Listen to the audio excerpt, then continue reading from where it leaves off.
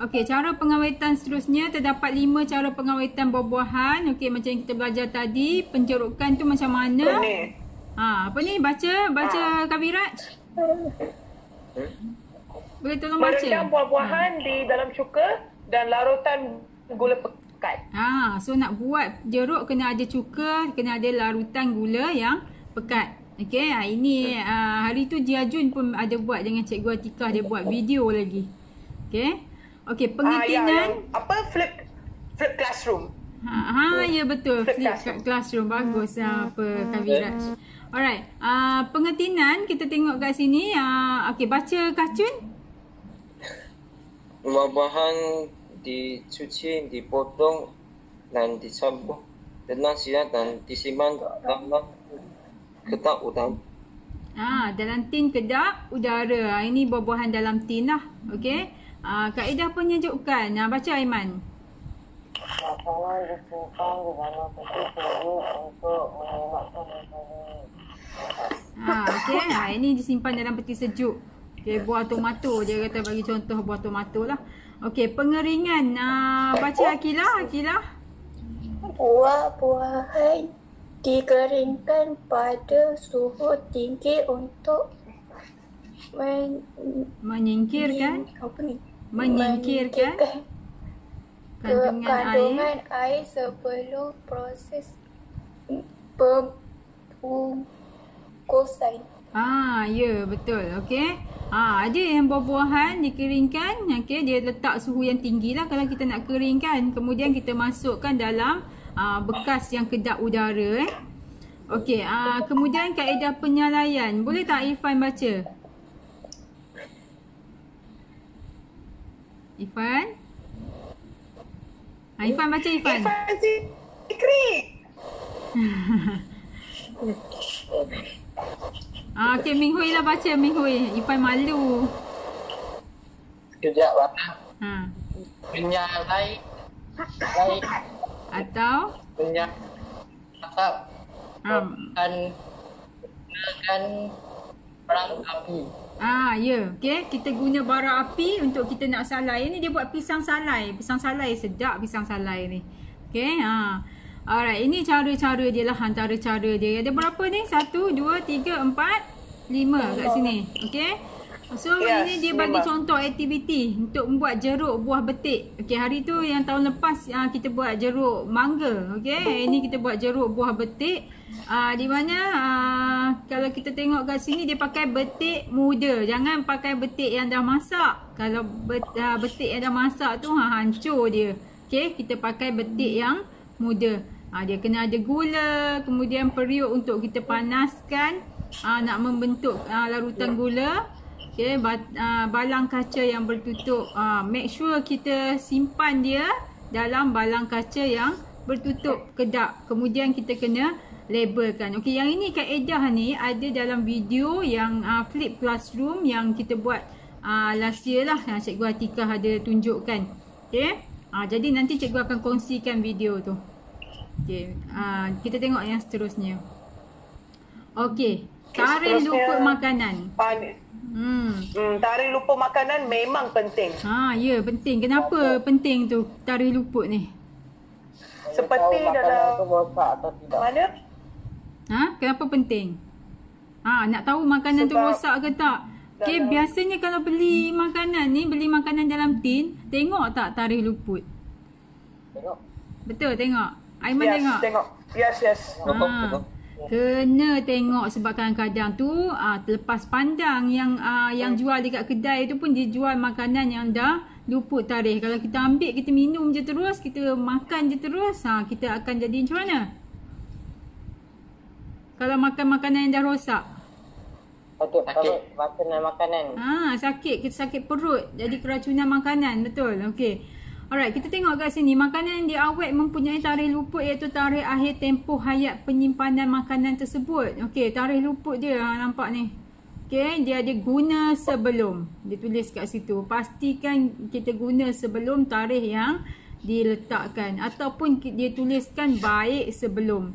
Okey. Ini antara tulisan yang kita akan nampak lah untuk label tarikh luput makanan. Okey. Tarikh dibuat dan tarikh luput. Okey, tarikh dibuat ialah tarikh sesuatu produk makanan atau minuman itu dihasilkan di kilang.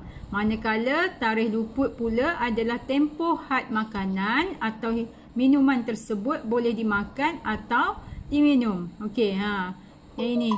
Kena tahu baca dia. MFG. Okey, 9/3/2016. Okey, ini maksudnya tarikh dia dibuat. Okey. Tarikh dibuat. MFG ni manufacturing date maksud dia. Okey. Dan singkatan dia adalah MFG, iaitu tarikh dia dibuat di kilang. Kemudian EXP tu adalah expired date. Okey, iaitu tarikh luput dia. 8 Mac. Ni tarikh lahir cikgu ni. Alright. Kepentingan tarikh luput. Kita tengok kenapa pentingnya tarikh luput. Okey, boleh baca tak? Kabiraj boleh baca tak? Tolong bacakan. Kita perlu memastikan makanan yang diambil adalah selamat untuk dimakan. Tarikh luput yang dilabelkan pada produk dan minuman di pasaran dapat memastikan produk tersebut masih elok dan selamat dimakan. Okey. Sebab tu kena ada tarikh luput. Sudah tarikh luput, makanan penting kepada kita untuk menjamin kualiti makanan tersebut. Ini antaralah nak pastikan kualiti dia terjamin. Okey, tarikh luput ni dia boleh elakkan pembaziran. Macam mana dia mengelakkan pembaziran makanan? Macam mana? Anybody? Bagaimana tarikh luput pada label makanan boleh mengelakkan pembaziran? Kenapa? Macam mana dia boleh elakkan pembaziran tu? Supaya kita tak beli makanan yang dah habis tarikh luput. Kalau kita tak tengok tarikh luput, kita main beli je semua makanan sampai yang makanan yang dah habis tarikh luput pun kita beli juga. So dia membazir lah. Beli-beli tengok dah habis tarikh luput. So pastikan tarikh luput tu lama lagi. Okay, untuk makanan yang dalam tin lah. Okay, ni latihan. Tarikh luput. Boleh nampak tak tarikh luput kat sini? Berapa ni? Tarikh luput dia. Boleh. Boleh.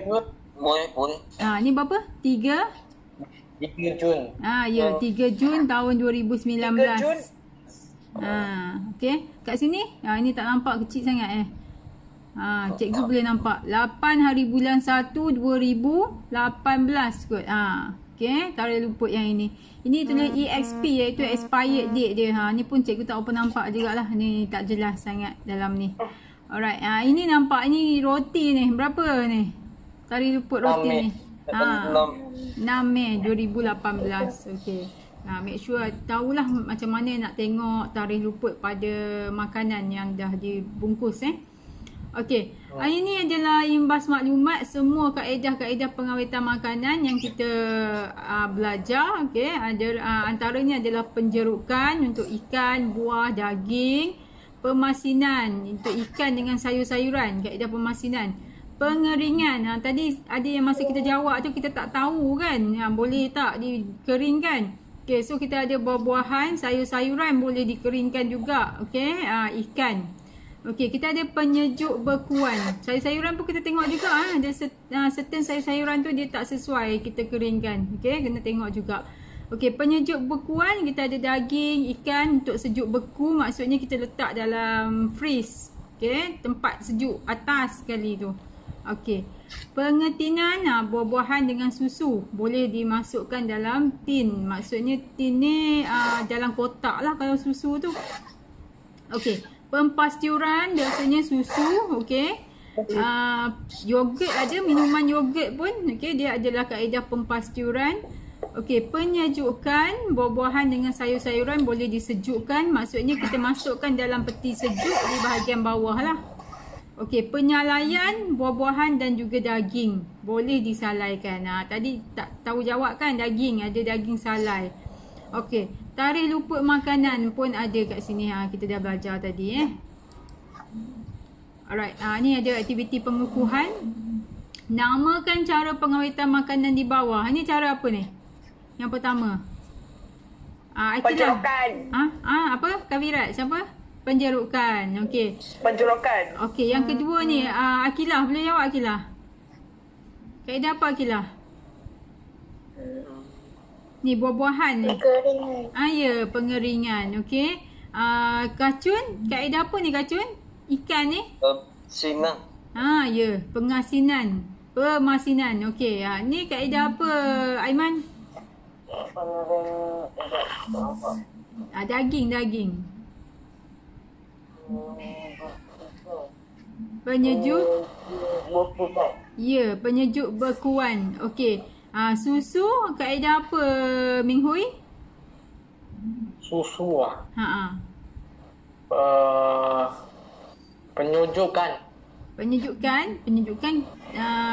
Penyejukan dia sesuai untuk buah. Kalau susu, ini ni susu yang dalam kotak macam ni. Pempasturan. Okey, kita gunakan pempasturan. Okey, jadi yang ini Irfan, apa Irfan?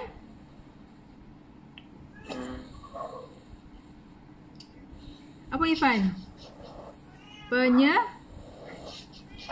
Penyejukan. Irfan tak dengar suara Irfan. Okey, yang kedua, padankan kenyataan dengan jawapan yang betul. Okey, tarikh luput ni mana tarikh, yang mana satu yang dimaksudkan dengan tarikh luput? Tarikh selamat untuk dimakan. Ya, betul. Bagus. Okey, tarikh dibuat adalah tarikh makanan diproses di kilang. So, kita belajar kat sini ada nilai murni. Okey, bertanggungjawab merancang pemakanan yang seimbang. Okey, kalau nak makan betul-betul, nak makan makanan yang sihat, yang seimbang, biasa kita tak pilih lah kaedah pengawetan ni. Okey, kita gunakan makanan yang fresh. Okey, berhati-hati memilih makanan yang berkualiti dan selamat untuk dimakan. Pastikan makanan tu belum habis tarikh luput. Berjimat-cemat mengurus pemakanan harian bagi mengelakkan pembaziran. Okey, so kaedah ni sebenarnya pengawetan ni dia elakkan pembaziran bila makanan tu, katakan makanan tu dia cepat rosak. Jadi kita sejukkan dia ataupun ikan dia cepat rosak, kita letak dalam peti sejuk bahagian freeze tu, kita buat penyejuk bekuan. Jadi dia akan elakkan pembaziran daripada rosak macam tu je membazir. Kita letakkan bagi tahan lebih lama. Itu cara, itu antara faedah dia lah. Okey, mengamalkan cara pengawetan yang betul supaya makanan boleh tahan lama. Melihat tarikh luput makanan setiap kali membuat pembelian. Dan simpan baki makanan dengan betul supaya tidak membazir. Alright. Kita habis dah untuk yang tingkatan 2. Tingkatan